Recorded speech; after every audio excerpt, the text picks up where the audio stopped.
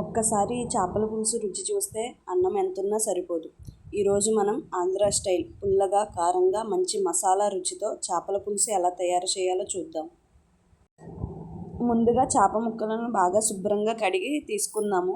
అందులో పసుపు, ఉప్పు, కారం, అల్లం వెల్లుల్లి పేస్ట్, ఆయిల్ వేసుకుని బాగా కొంచెం ముక్కలకు పట్టేలాగా కలుపుకొని ఉంచుకుందాం. ఇలా ముందుగా రాసి ఉంచడం వల్ల చేపలకి ఉప్పు, కారం బాగా పట్టి మంచి టేస్ట్ వస్తుంది చేపలకి.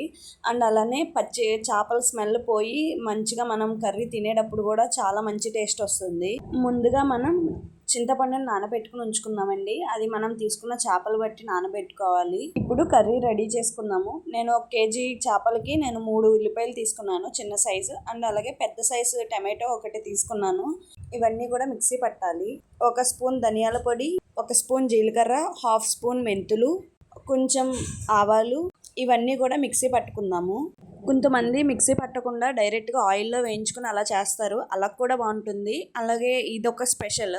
ఇప్పుడు ఆయిల్ వేసుకుని అందులో నేను 6 పచ్చిమిర్చి వేసుకున్నాను. ఇప్పుడు మనం పేస్ట్ చేసుకున్న ఆనియన్ పేస్ట్ వేసుకుని అది గోల్డెన్ కలర్ వచ్చేంత వరకు వేయించుకున్నాక అందులో 1 స్పూన్ అల్లం వెల్లుల్లి పేస్ట్ వేసుకోవాలి.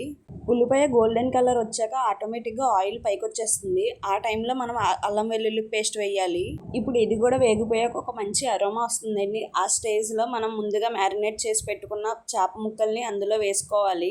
ఇప్పుడు ఒక 2 నిమిషాలు మూత పెట్టుకుని ఉంచుకుందాం. ఈలోపు మనం ముందుగా నానబెట్టుకున్న చింతపండుని నీట్గా క్లీన్ చేసుకొని వాటర్ తీసుకుందాము. నేను చిన్న నిమ్మకాయ సైజ్ అంత చింతపండు తీసుకున్నాను. చేప ముక్కలను వేసుకున్నాక అస్సలు గరిటె పెట్టకండి. ఇలాగా దాకని అటు ఇటు పట్టుకొని కొంచెం ఊపితే మనం తీసుకున్న ఉప్పు, కారం అన్నీ పడతాయి మంచిగా చేప ముక్కలకి.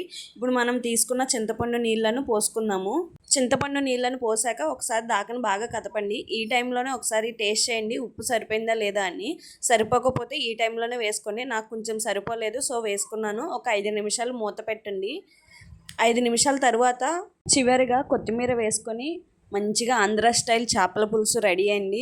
అన్నంలో వేసుకొని కుమ్మేస్తే చాలా చాలా బాగుంటుంది. అలాగే చేపల పులుసు వేడి మీద ఉన్నప్పుడు తినకూడదు, కొంచెం చల్లారాక తింటే చాలా టేస్టీగా ఉంటుంది. దానికి ఎంత టైం ఇస్తే అంత టేస్టీగా ఉంటుంది. మీ ఇంట్లో చేపల పులుసు ఏ స్పెషల్ ఇంగ్రీడియంట్స్తో చేస్తారో కామెంట్ చేయండి.